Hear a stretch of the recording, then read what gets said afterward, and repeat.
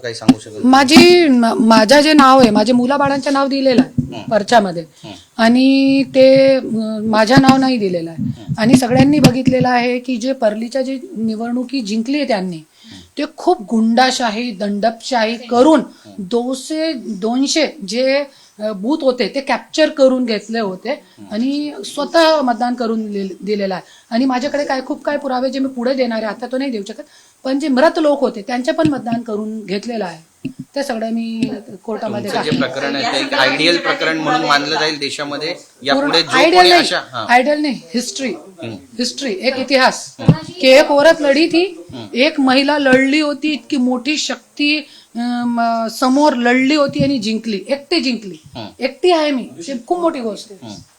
तर माझी पहिली पत्नी असताना त्यांनी राजेश मुंडे यांना दिलेले प्रॉपर्टीचे अधिकार असतील किंवा इतर गोष्टी असतील, तर याबाबत आता तुम्ही काही कोर्टात जाणार आहात का? कारण प्रथम पत्नीचा दर्जा जर तुम्हाला मिळाला असेल तर त्याचे अधिकारही तुम्हाला मिळू शकतील. 100% जाणार आहे. खूप काही प्रॉपर्टी आहे ज्याचे ओरिजिनल पेपर, कमी ते कमी 500 कोटीची प्रॉपर्टी आहे, ज्यांचे ओरिजिनल पेपर माझ्याकडे आहे.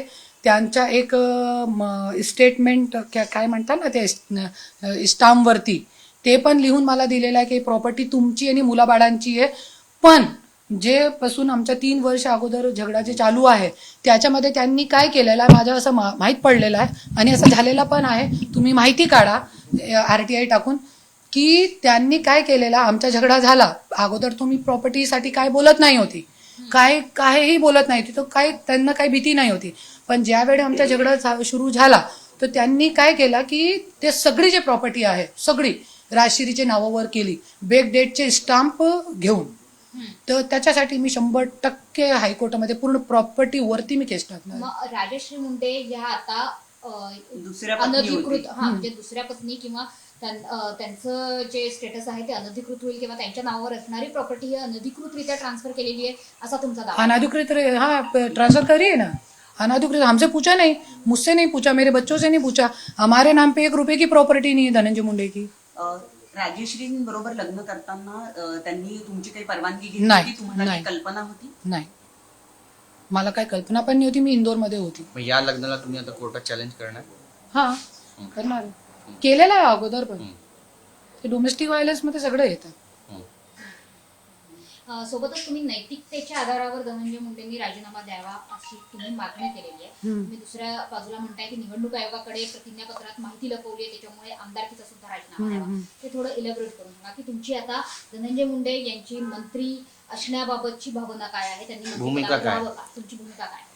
नाही, मंत्री आहे की नाही आहे त्याच्या माझी काय लेणं घेणं नाहीये. पण जे खरेचीसाठी मी लढणार आहे, कोर्टामध्ये मी लढणार आहे. खरी जे गोष्ट आहे, जसे पर्चेमध्ये माझं नाव टाकलं नाही, तो कशाला नाही टाकला है ना, हे प्रॉपर्टी आहे कशाला नाही टाकली, जे कोर्टामध्ये केस चालू आहे आमचे ते पण नाही टाकला, आज जे ऑर्डर झालेली आहे ते कोर्ट केस पण नाही टाकला, ते खूप मोठा केस आहे, टाकायला पाहिजे ना. त्यांनी नैतिकतेच्या आधारावर राजीनामा द्यावा. हा, द्यायला पाहिजे. पण या सगळ्या कोर्टाच्या निर्णयानंतर त्यांच्या कुटुंबाकडून किंवा त्यांच्या PN कडून कुणाकडून तरी तुम्हाला संपर्क साधण्याचा प्रयत्न नाही, आणि झाला तर मग तुमची भूमिका काय असेल ते तर पुढे बघू आपण. आता मी काय बोलू शकत नाही त्याच्याबद्दल. वकिलांना या संदर्भातला निर्णय झाल्याबद्दलची कल्पना झाली असेल तर कालपासून पुढे संपर्क मला तो जे ऑर्डर झाली आहे ना, मी काय घरामध्ये होती, आज जिंदगी भर में घर में रही हूँ, मला ये माहित पण नाही होता. ते ऑर्डर इतकी मोठी आहे माझ्यासाठी, मला माहित पण नाही होता. पर ज्या लोकांना असं कळलं की करुणा मुंडेचे संदर्भात इतकी मोठी ऑर्डर झालेली आहे, त्यांची इतकी मोठी विजय झालेली आहे, तो मला असं कळलं की नाही इतकी मोठी विजय झालेली आहे का, मी इतकी इनोसेंट आहे, मला माहित नाही काय. तुमचं शेवटचं बोलणं धनंजय मुंडेंशी किंवा त्यांच्याशी संबंधित असलेल्या लोकांशी, त्यांच्या परिवाराशी कधी झालं होतं, काय झालं होतं? बोलना होता रहता है, बोलना. 2 बच्चे हमारे, उसके लिए हमारा बोलना होता रहता है. धनंजय मुंडे से आप बातचीत करें? आखिरी मतलब कल बातचीत की थी? नहीं, कल तो नहीं की, अभी तो नहीं की उनसे, थोड़े दिन से. अच्छा, तो जो बातचीत है तो बच्चों के बारे में या घर के बारे में क्या? यही किस्त वगैरह जो है घर की, 7 महीने से किस्त नहीं भरी है घर की, यही सब बातों के विषय में करती रहती हूँ मैं उनको कॉल कभी कभी. आता 7 महिने झाले दिलेले नाही, आणि दरम्यानच्या काळामध्ये जर आपण बघितलं तर इथे एवढी मोठी प्रकरणं राज्यामध्ये होत आहेत, त्याच्यामध्ये वाल्मिक कराड यांचं नाव सुद्धा पुढे आलेलं आहे. वाल्मिक कराड हे त्यांचे खूप जवळचे होते असं जे सातत्यानं तुम्ही पण ते अनुभवलंय का? आपने ये अनुभव किया कि वाल्मीकि कराड़ उनके काफी करीबी थे, वो जैसे- परछाई है वो, परछाई, जबड़ के नहीं, परछाई। और भी बहुत लोग हैं पर मैं अभी नाम नहीं लूंगी उनका। और जो है बहुत अंजली दमनिया यांनी पण बरेच आरोप केलेत घोटाळ्याचे, भ्रष्टाचाराचे धनंजय मुंडे आणि राजीनाम्याची मागणी केली, काय म्हणाल? त्याच्याबद्दल मी त्याच्यामध्ये काय गेली नाही आता, काय त्यांचे स्टेटमेंट आहे ते पण मी बघितलेले नाही अंजलीताई दमानियाचे. धनंजय मुंडेंनी आता एक प्रसिद्धी पत्रक जारी केलंय त्यांच्या वकिलामार्फत. त्यांचं असं म्हणणं आहे की कोर्टाचा आज जो निकाल आलाय तुमचा जो दावा आहे तर हा फक्त आर्थिक स्वरूपाचा निर्णय आहे. यामध्ये करुणा शर्मा यांच्या इतर आरोपांवर दोषी ठरवलं नाहीये असा बचाव ते आपल्या प्रसिद्धी पत्रकातनं करताय.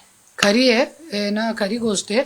आत्ताच फक्त कशाचा निकाल दिलेला आहे की आम्हाला ते पोटगी भेटली पाहिजे, एक बायको म्हणून पोटगी भेटली पाहिजे, ते निकाल दिलेला आहे. पण जे डोमेस्टिक व्हायलन्स आहे ज्याच्यामध्ये जे जे मी ते टाकलेले आहे ते पुढे होणार आहे, ते पुरावे, ते डिबेट पूर्ण कोर्टामध्ये होणार आहे.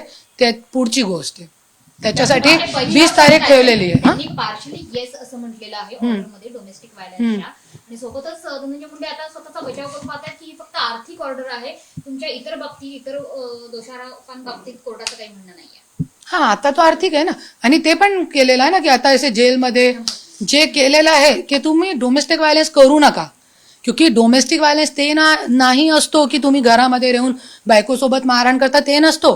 तुम्ही बाहेर जायपर्यंत पण आता तुम्ही वेगळे आहेत तरी पण तुम्ही व्हायलन्स कुठे संपवतात? व्हायलन्स संपवत नाही ना. कलेक्टर ऑफिसमध्ये तुम्ही मारहाण करताय बायकोसोबत पोलिसांचे समोर, छोटी गोष्ट नहीं है. आज मेरी माँ ने कभी मुझे थप्पड़ नहीं मारा है और एक 2 कौड़ी का गुंडा मेरे चेहरे पे मार के चला गया, मेरे को बदतमीजी से छू के चला गया. निकालिए आप वो फुटेज, दीपा मुधोल मुंडे मैडम को पकड़िए आप. दीपा मुधोल मुंडे, उनकी नौकरी जाएगी इसमें. कैसे उन्होंने डिस्ट्रॉय करे वो मीडिया को राइट से. एक कलेक्टर है वो और एक महिला कलेक्टर है. बेटी बचाओ बेटी पढ़ाओ. अरे आज मैं नहीं लड़ूंगी तो कल को मेरी बेटी क्या सीखेगी? कल को भगवान ना करे उसको भी ऐसा कोई पति मिल गया तो वो भी ऐसी भीगी बिल्ली जैसी बेटी रहेगी घर में. इसीलिए मैं लड़ रही हूँ ये लड़ाई. महाराष्ट्र की हर महिला को, भारत की हर महिला को मैं ये मैसेज देना चाहती हूँ. भले ही आपके पास पैसा नहीं है, आपको मालूम है गाड़ी में रोड पे सो के मैंने रात बिताई है, रोड पे होटल में रुकने के, क्योंकि गाड़ी चलाते चलाते जाती हूँ जब मैं, तो मेरे पास उतने तक पैसे नहीं होते थे कि मैं होटल में रूम लेके सो सकूं. रोड पे गाड़ी रोक के कोने पे और वहीं सो जाती थी. कोई आके मार जाए कि कूट जाए, कोई डर नहीं होता था मुझे. यही मैं देना चाहती हूँ. आप सत्य की लड़ाई है, सत्य की लड़ाई के लिए आप लड़िए.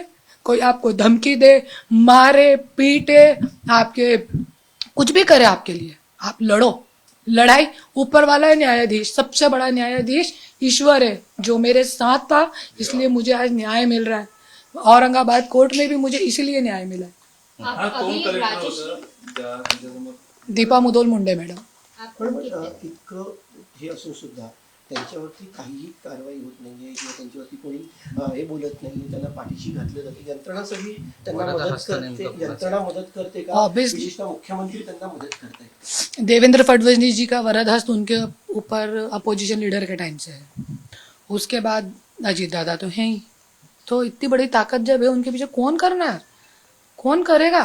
पुलिस वालों के सामने कलेक्टर के केबिन में पत्नी को कोई मारता है, कोई मारेगा? कोई पत्नी को मारेगा, उसको गलत तरीके से गालियां बकेगा? गुंडे, पुलिस सब थे वहां पे. मेरे हस्बैंड खुद थे वहां पे कलेक्टर के ऑफिस में. डीपीडीसी की मीटिंग थी पहली. वाल्मिक कराड आता जेलमध्ये आहेत. तुमचं म्हणणं आहे की कलेक्टरच्या ऑफिसमध्ये त्या ठिकाणी वाल्मिक कराडांनी सुद्धा तुमच्यावर उचलला, त्यांनी मारहाण केल्याचा तुमचा आरोप आहे. ही केस पुन्हा ही फाईल ओपन करून केली जाऊन कलेक्टरची चौकशी व्हावी ज्याचं तुम्ही नाव हा, घेताय. व्हायची. हा, तशी तुमची मागणी आहे का? मागणी आहे ना, मागणी आहे. आणि कलेक्टर को ज्या वेळे माझ्यासोबत मारहाण केली होती, मैंने घर में अपने बच्चों को बताया था, तो बच्चों ने मुझे क्या किया, मेरे पति को बताया, तो पति ने क्या बोला बच्चों को, मम्मी झूठ बोल रही है. तो ठीक है, एक सच्चे के पास सिर्फ बोलने के लिए होता है. फिर मेरे पास पुरावे हैं, तो मैंने कलेक्टर को दूसरे ही दिन जाके, बच्चों ने बोला आप पुरावा लाओ हम देखेंगे, मेरे बेटे ने बोला कि आप पुरावा लाओ मैं देखूंगा वाल्मीकि कराड़ को. तो मैंने कलेक्टर को निवेदन दिया कि मुझे सीसीटीवी फुटेज दिए जाए, तो मेरे को सीसीटीवी फुटेज आज तक नहीं मिले। फिर उसके बाद निवेदन के बाद मैंने आरटीआई डाली, तो आरटीआई की भी कोई वैल्यू नहीं है, कोई वैल्यू नहीं है। कानूनन बच्चों को भी गुमराह करने की कोशिश की जाए। नहीं, बच्चों का कुछ ही नहीं है। बच्चों के साथ मेरे हस्बैंड का रिलेशन बहुत अच्छा है। उनको आपके खिलाफ गुमराह करने की कुछ कोशिश की जाए। नहीं, ऐसा कुछ नहीं है, और ऐसा होगा भी तो मुझे नहीं मालूम ये बात के बारे में, क्योंकि मैं बहुत ज़्यादातर यहाँ पे रहती नहीं हूँ। मैं भीड़ में रहती हूँ, महाराष्ट्र में पूरे घूमती रहती हूँ। राजेश वाल्मीकि कराड़ जी का जो है उनके ऊपर अभी कई केसेस फिलहाल चल रहे हैं, तो क्या आपके साथ जो वो मारधाड़ हुई थी उसके बारे में आपने कभी कंप्लेंट करी थी? कंप्लेंट लेगा उनका कौन? नाम लेकर, कंप्लेंट उनका नाम लेकर। हाँ, मैंने डीजी को दी थी, अपने देवेंद्र फडणवीस जी को दी है, सब मेरे पास है। चाहिए तो मैं मीडिया को दे सकती हूँ। पुलिस कंप्लेंट भी की थी ना। कंप्लेंट कौन लेता है? कौन लेगा कंप्लेंट?